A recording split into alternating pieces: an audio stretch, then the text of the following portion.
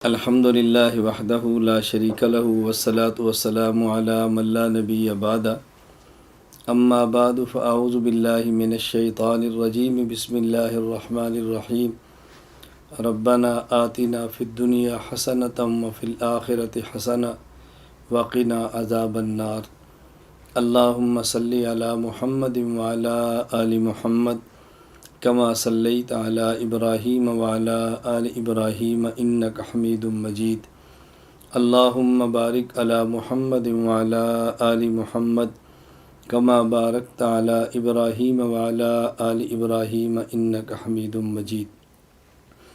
ہم اللہ رب العزت سے دعا مانگتے ہیں اللہ تعالی ہماری دنیا بھی بہتر اور اچھی بنا دے، اللہ رب العزت ہماری آخرت بھی اچھی بنا دے۔ دنیا میں بہترین زندگی گزارنے کے کچھ اصول ہوتے ہیں اور بہترین آخرت حاصل کرنے کے لیے بہترین عبادت کرنی چاہیے۔ عبادت میں 3 باتوں کا خیال کرنا چاہیے۔ نمبر 1، عبادت کس جگہ کرنی ہے، نمبر 2، عبادت کس وقت کرنی ہے، اور نمبر 3، کن سے پوچھ کر عبادت کرنی ہے۔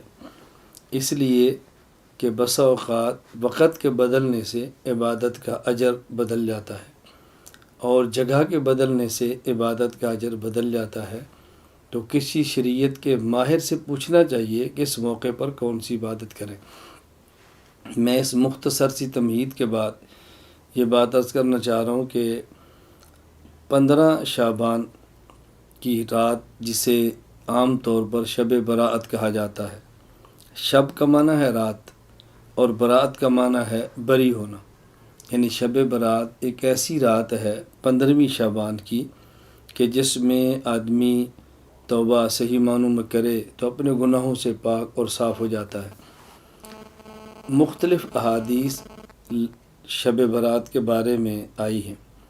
حضور اکرم صلی اللہ علیہ وسلم کے سارے مبارک ارشادات کو جمع کریں، ساری روایات کو جمع کریں، احادیث کو جمع کریں تو اس میں 2 باتیں ہمیں سمجھ آتی ہیں۔ نمبر 1، اس رات کو قیام کرنا چاہیے، دن کا روزہ رکھنا چاہیے، اور رات کے قیام کا معنی یہ نہیں ہے کہ پوری رات قیام کریں، رات کے قیام کا معنی نہیں ہے کہ مخصوص تعداد میں رکھتے پڑھیں، قیام رات کا معنی قیام اللیل کا یہ نہیں ہے کہ ہر رکعت میں مخصوص آیات مخصوص صورتیں پڑھیں۔ اسی طرح رات کے قیام کا یہ مطلب نہیں ہے کہ رات کے قیام کو ضروری سمجھا جائے اور جو رات کا قیام نہ کرے اسے گناہ گار سمجھا جائے۔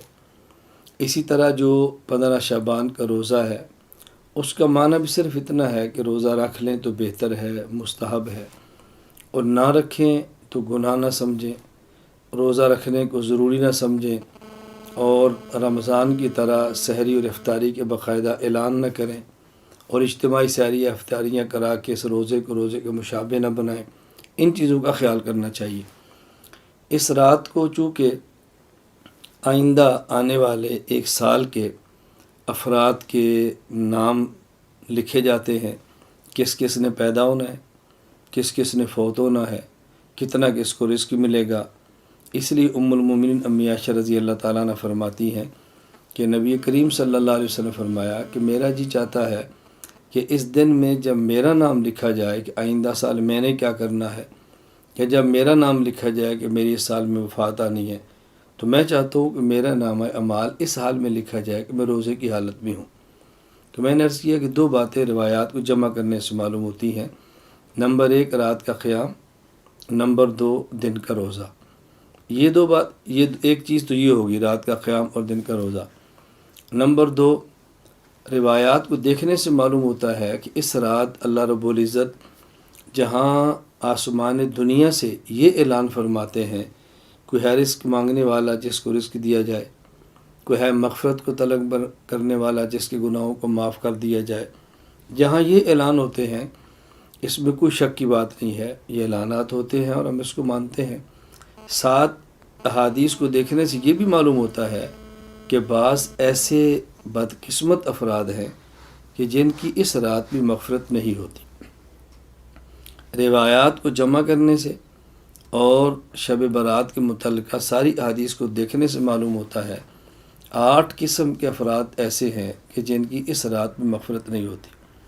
نمبر 1، مشرک، جو اللہ کے علاوہ کسی کو حاجت روا سمجھے، اللہ کے علاوہ کسی کو مشکل کشا سمجھے، اللہ کے علاوہ کسی کو عالم الغیب سمجھے، اللہ کی ذات کے علاوہ کسی بت یا جانور کی پوجا کرے، یہ مشرک ہے، اس کی مغفرت نہیں ہوتی۔ نمبر 2، مشاہن، ایسا وہ شخص کسی مسلمان بھائی کا دل میں بغض رکھے، اس بغض رکھنے والے شخص کی بھی مغفرت نہیں ہوتی۔ نمبر 3، مدمن خمر، ایسا وہ شخص جو شراب کا عادی ہے، اس کی مغفرت بھی نہیں ہوتی۔ کبھی شراب پیا اور توبہ کر لی، آئندہ نہ پیا، یہ الگ بات ہے۔ شراب کا عادی، اس کی مغفرت بھی نہیں ہوتی۔ بلکہ حدیث پاک میں کہ جو شخص دنیا میں شراب پیے پھر توبہ نہ کرے، اللہ اس کو جنت کی شراب سے محروم فرماتے ہیں۔ نمبر 4، مسبل ازار، وہ شخص جو شلوار ٹخنوں سے نیچے کرے، ایسا مرد، اس کی مغفرت بھی نہیں ہوتی۔ اور یہاں یہ واضح نشین فرمائیں، شلوار ہو تب، پائجامہ ہو تب، پینٹ ہو تب، تہمت ہو تب، لنگی ہو تب، کوئی بھی کپڑا جو بندہ پہنتا ہے اس کو ٹخنے سے نیچے کرنا مرد کے لیے حرام ہے۔ عورت کے لیے ٹخنا ظاہر کرنا حرام ہے اور مرد کے لیے ٹخلے کو چھپانا حرام ہے۔ یہاں ایک مسئلے کی وضاحت ضروری سمجھیں، ٹخنے کو چھپانا حرام تب ہے، نمبر 1، نازلاً، کپڑا اوپر سے نیچے جائے۔ نمبر 2، قائماً، کہ بندہ کھڑا ہو، اگر کوئی شخص بیٹھا ہو یا لیٹا ہو پھر ٹخنا چھپا لے تو گناہ نہیں ہے۔ اسی طرح جراب یا موزہ جو نیچے سے اوپر کی طرف آتا ہے پہن لے، ٹخنا چھپا لے، تب بھی گناہ نہیں ہے۔ تو ایک وہ شخص جو ٹخنا چھپاتا ہے اس کی مغفرت نہیں ہوتی۔ نمبر 5، قاتل، ناحق کسی کو قتل کرنے والا، اس کی مغفرت نہیں ہوتی۔ نمبر 5، قاطع الرحم، رحم یعنی رشتہ داری کے تعلقات کو ختم کرنے والا، اور اس میں یہ وضاحت ضروری سمجھیں، اس سے مراد وہ شخص ہے جو دنیا کی بنیاد پہ تعلق توڑے، اور اگر شریعت کی وجہ سے تعلق توڑے، جہاں شریعت کا حکم ہو کہ ایسے بندے تعلقات منقطع کریں، وہ اس کے اندر شامل نہیں ہے۔ کبھی رشتے کا جھگڑا، کبھی زمین کا جھگڑا، کبھی کوئی خاندان برادری کا جھگڑا، ان معاملات پہ تعلقات توڑنا ہی ٹھیک نہیں ہے۔ کسی سے رشتہ مانگا ہے، ان نے نہیں دیا تو ہمیشہ کے لیے بولنا چھوڑ دیا، کیوں نہیں دیا؟ ان کی مرضی ہے، بیٹی ہے ان کی مرضی ہے، بیٹا ہے، وہ رشتہ دیتے ہیں تو ٹھیک ہے، نہیں دیتے تو ان کی مرضی ہے، اس پر تعلقات ختم نہیں کیے جا سکتے۔ اسی طرح عاق الوالدین، عاق، نافرمان، ماں کا نافرمان یا والد کا نافرمان یا دونوں کا نافرمان، اس رات اس شخص کی بھی اللہ مغفرت نہیں فرماتے۔ اسی طرح 8واں، وہ شخص جو زنا کرے۔ حدیث پاک میں زانیہ کے لفظ ہے، عورت، زنا کرنے والی۔ جو حکم زانیہ عورت کا ہے وہ حکم زانی مرد کا ہے۔ بطور خاص عورت کی بات اس لیے کی ہے کہ عورت کو شریعت نے حفاظت کے اتنے اسباب دیے ہیں کہ اس کو زنا کے قریب بھی نہیں جانا چاہیے۔ جسم چھپائے، گھر میں رہے، اس کے انتظامات، اگر بچی ہے ماں باپ کے ذمے ہے، اور شادی ہوتی ہے تو والد کے ذمے ہے، شوہر کے ذمے ہے، پھر اس کے بھائیوں کے ذمے ہے، بڑی ہو جائے تو اولاد کے ذمے ہے، اس کو قصب معاش کے لیے باہر نہیں جانا پڑتا، کمانے کے لیے باہر جانا ضروری نہیں ہے، تو عورت کے لیے کچھ احوال ایسے ہیں کہ اس کے لیے حفاظتی انتظامات زیادہ ہیں، بطور خاص اس کا نام لیا۔ بہرحال زنا کا عادی مرد ہو یا عورت، ان کی مغفرت بھی رات نہیں ہوتی، باقی تمام کی مغفرت ہو جاتی ہے۔ اس رات میں اور دن میں اللہ توفیق عطا فرمائے تو رات کا قیام کریں، حسب استطاعت نوافل پڑھیں، اور اللہ توفیق دے تو حسب استطاعت دن کا روزہ رکھیں۔ کوئی غریب ہے تو اس کو سحری افطاری کرا دے، یہ بھی ٹھیک ہے۔ اور اگر یہ کام نہ کر سکیں تو بطور خاص 2 چیزوں کا خیال فرمائیں۔ نمبر 1، عشاء کی نماز جماعت کے ساتھ پڑھیں اور کوئی گناہ کیے سو جائیں سنت کے مطابق، اور صبح فجر کی نماز جماعت کے ساتھ پڑھیں مرد۔ خواتین عشاء کی نماز پڑھیں، سنت کے مطابق سوئیں اور صبح فجر کی نماز پڑھ لیں، اللہ رب العزت توفیق عطا فرمائے۔ بس یہ کام کر لیں۔ دن کو روزہ نہیں رکھ سکتے تو گناہوں سے بچنے کا اہتمام کریں۔ ایک تو اس کا خیال کریں کہ نوافل رات کو اور دن کا روزہ نہ رکھ سکیں تو کم از کم گناہوں سے بچیں، اور دوسرا بطور خاص شب برات کے موقع پر خرافات سے بچیں۔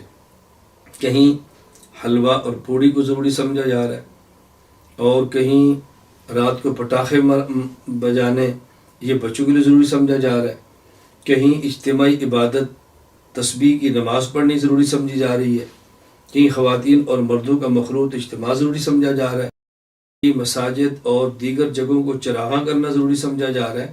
تو کم از کم یہ کریں کہ ان خرافات سے بچیں کہ شب برات کے موقع پہ پٹاخے، شب برات کے موقع پر مخلوط اجتماع، شب برات کے موقع پہ اہتمام کے ساتھ صلاۃ و تسبیح کی جماعتیں، تو یہ بدعات ان سے بچیں، رسوم سے بچیں اور خرافات سے بچیں۔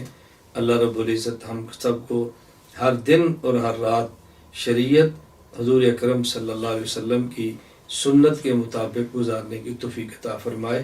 وآخر دعوانا ان الحمد للہ رب العالمین۔ لا إله إلا الله، لا إله إلا الله، لا إله إلا الله، ما لنا رب سوى